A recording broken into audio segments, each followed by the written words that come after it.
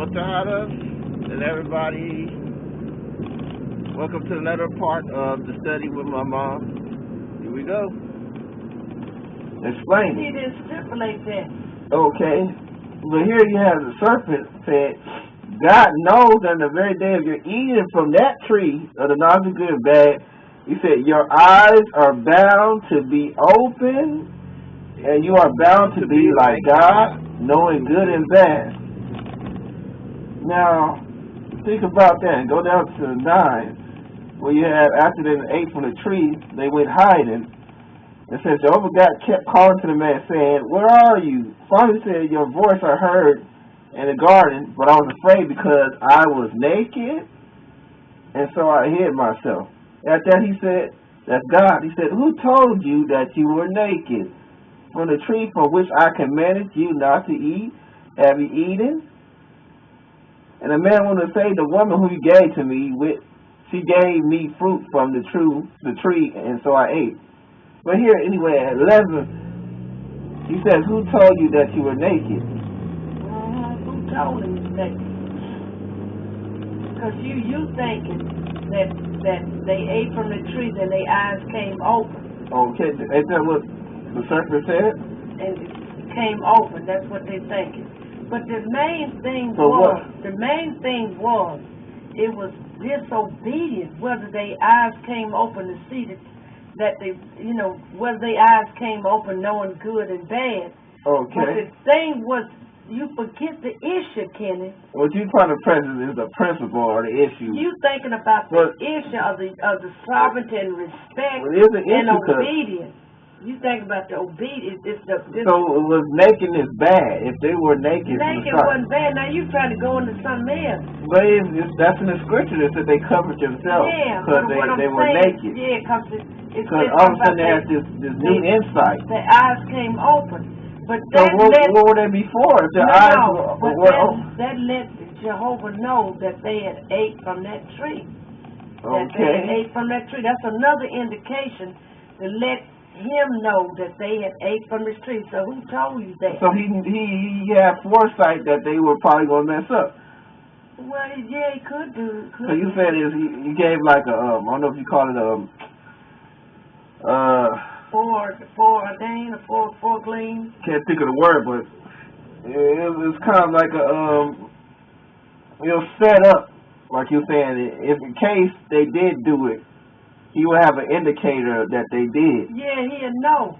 That's so just like they were naked. He knew if they ate the tree. You saying that they if they ate from that tree, they would cover themselves because they were naked. Yeah, so that he would know that. Hide because he was calling them, wasn't he? He was calling them. I hid. That's just like we can, as a parent, we can plant something, leave something, and go off. What kind of parent is that? Tell the children not to touch it. And we can put some indication there, and we come back. And they ask, did you touch that? No, I didn't touch it. But we know it's something indicated that we left that let us know that you did touch it. So aren't you setting up the child to engage into something that you don't want to do? No, it's a respect and it's an obedience. Well, why would you even need obedience is what you try to do. Like I remember when my mother... Did Adam and Eve already have respect from the start? Why would they need to be tested like that? We don't know that, Kenny. We don't know all the details. All this whole Genesis... And another thing, if you have to test them like that, wouldn't you always have to test them? Well, yes, we should test you to see... But why would you have to test them like that down to the day? You never say. You never say. Okay, you agree that? Why we will always be tested if you believe that. Who was the one that was tested too when he came to earth? Jesus Christ. He was but it was tested in a different way. Yeah, but everything is in a different way. But it's the same thing. Was he tested in heaven? That's another question. Kenny, what you try to do? I'm just trying to say the whole... That's what stands in the way of you, is you want to read other things into it. But you got... Ain't that what we all do, read other things into it? Yeah, but we don't supposed to speculate. It's all right for the governing body. Who said we're not supposed to speculate? Ain't that part of the human mind? But yeah, but it's going to distort the true thinking of what you're supposed to think about, you know? Well, not distorting, going by what the scripture said, what it's not saying as try to piece it together. What exactly happened? It's talking. What did that script? What did Jehovah's sovereignty challenge? What is it challenge? It challenged. Who challenged it? Right to rule. Who challenged it? Well, who really was that challenge? It was the serpent. Who was it? Yes.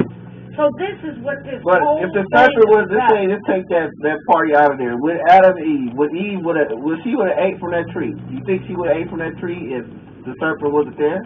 No. But he told them in the first place, they could eat all in. They was eating. Yeah, I know. But I asked you that specific question. No, would Eve have eaten from that tree of the knowledge of good and bad if that serpent wasn't there?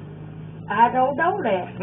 Don't nobody know that, Kenny. That's why I'm saying you can't read things in. We have to take it as face value from the Bible. We have to. So it seems as if they were set up. If the serpent was allowed to be in the Garden of Eden, they knew they were just thoroughly deceived by Satan. Okay, if they're thoroughly deceived, why were they punished the way they were punished? If they weren't knowledgeable of who exactly they were dealing with. From the time they were created, all they had was communication was between themselves and Jehovah God. Yeah. Now, out of the blue, we have another party come and tell them something that contradicts what they've been told. Now, how would they shouldn't have believed it. And they shouldn't have listened to it. How they could not have listened to it? But why would they not listen to it? What I'm trying to say is, they shouldn't have listened because a snake wasn't talking. They ain't seen they hadn't seen no animal talk. You know, only with just them two and Jehovah. Why would they listen to something else? So if you believe that perfect, what does it entail with a perfect person? Kenny, it's a lot entails as far as perfect is concerned too. Perfect to Jehovah's standard. Okay, Jehovah. We think it's perfect. But is it God perfect? He made them in His image. Jehovah is perfect, right? But man, he's perfect to his standard. Okay. See, and that would make an altogether difference. You see, that'll make an altogether. Would a perfect man be perfect in judgment? In judgment? Yes. Will he be? No, he can. And what kind of judgment come out? And judging between making decisions. Will he be perfect?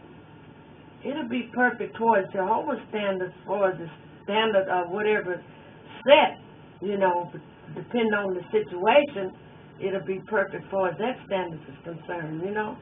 Yeah, I understand what you're trying to say, but the problem I have with it, from what I've seen, it seems like this whole account was either it's an allegorical account or it's a literal account.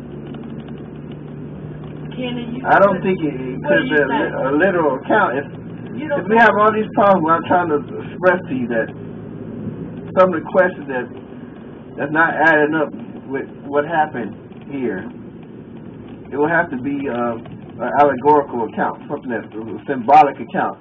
It wasn't all literal. It wasn't literal. It could have been literal for the events that have happened like they happened. Well, it's symbolic is you want to call it allegorical. Yeah. But all the rest of it is literal, you know?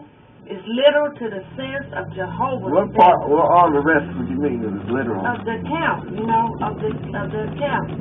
Some things that we cannot in a million years really go in and tear everything apart to our standard. If you're going through this here and tearing it piece by piece, you're going to go to another Bible chapter, prophecy, and you're going to try to tear it apart too. And that was the government writing with Revelation? This pretty much impacts everything else.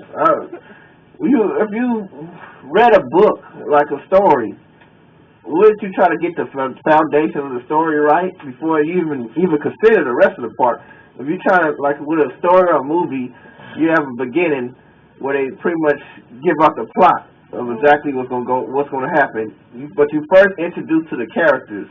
That's the antagonist and the protagonist, the hero and the villain, or the villain and the hero. All right, my friends, on to the next part.